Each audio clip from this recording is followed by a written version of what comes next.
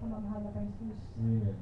Kubling paggalang sa ating beloved pastor, at ganoon din po sa kanyang beloved children. Sa inyong lahat, mga kapatiran, narito po ako bumabati ng happy first anniversary ng Bible study po dito sa Nakibay.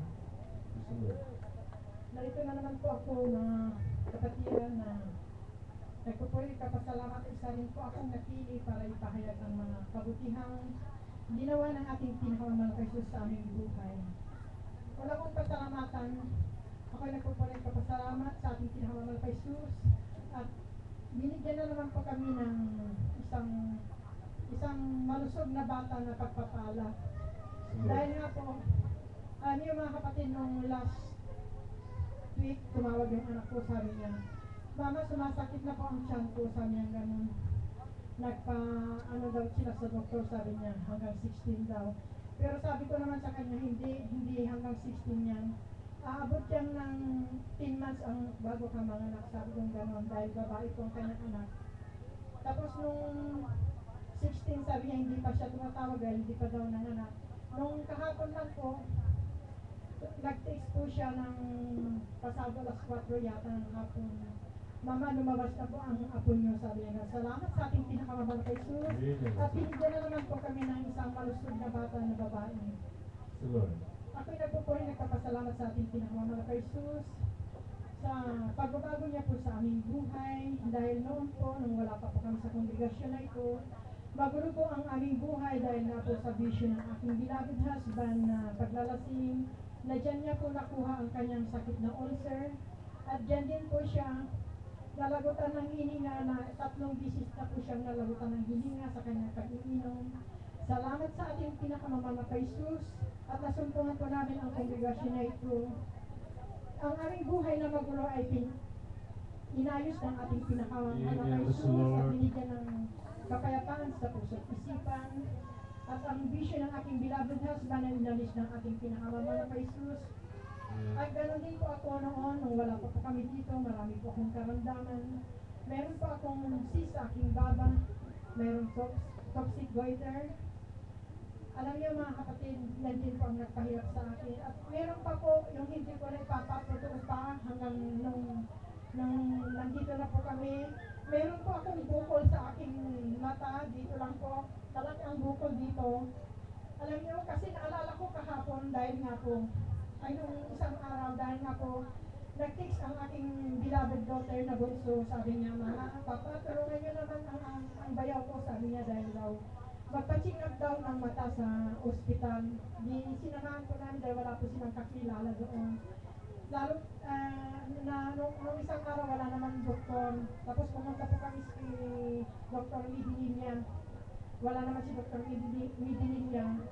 Sabi ng kanyang sekretarya, "Bukas na lang kayo babalik," sabi niya gano'n. Naalala ko, sabi ko noon, meron din akong bukol dyan, sabi ko gano'n doon sa abalayan ko. Meron din akong bukol dyan, abalayan, malaki, sabi ko gano'n. Pero nung nasa Miracle Crusade na ako, hindi ko na namalayan na nawala na yung bukol na yun, sabi ko gano'n sa kanya. At gano'n din yung mga karamdaman ko sa patuloy na pagdalo ko namin, may instant, may gradual na pinagaling. Pinapasalamatan ko pa nagpapasalamat po ako sa ating pinakamamahal kay Jesus sa araw-araw naming pamumuhay, na siya lahat ang nagpo-provide ang aming pangangailangan. Ako nagpupunit pa sa ating pinakamamahal kay Jesus sa paggabay niya po sa aking beloved husband na halos araw-araw nasa daan po, dahil nga nakamotor po, dahil po, pumunta po siya sa Malasiki kasi may inaayos po sila doon. Salamat sa ating pinakamamahal kay Jesus sa patuloy na paggabay niya po sa kanya. At may dumating pong pagsubok sa akin nung last Tuesday po yun ng gabi. Alam niyo, siguro sa pagod ko na yun dahil maraming trabaho, tapos sa init ng panahon ngayon. Alam niyo, nung gabing yun, nung matulog na po kami, bigla pong hindi ako makahinga, sumisikip na naman po. Andiyan na naman po yung talagang karamdaman ko na bumabalik.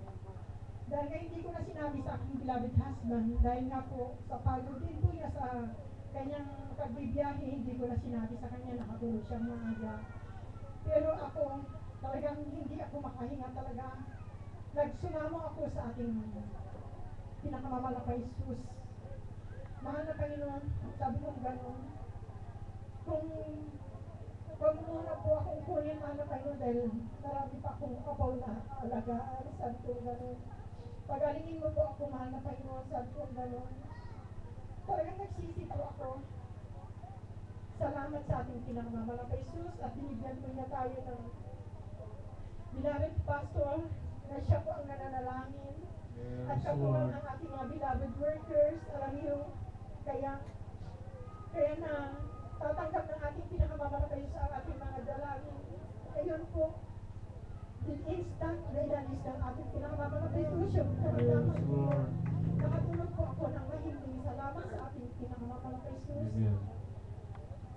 Nagpapasalamat po ako sa ating pinakamamahal na Jesus sa patuloy na pag-iingat niya po sa aking mga anak, bagamat nasa malayo po sila sa aming piling. Salamat sa ating pinakamamahal na Jesus sa pag-iingat niya po sa kanila. Lalo na po sa panganak ng aking panganay na anak. Salamat sa ating pinakamamahal na Jesus. Ako nagpupuri kapasalamat sa ating pinakamamahal na Jesus. Hindi man po ako karapat-dapat ginagamit din po niya ako mga awit sa kanyang kanal na ugasan. Yes, Lord. Ako nagpupuri nagpapasalamat sa ating pinakamamahal na Jesus sa lahat ng pagpapalang physical, financial, material, higit ang spiritual na pagpapalang. Lahat ito nagpapasalamat sa ating pinakamamahal na Jesus. Salamat.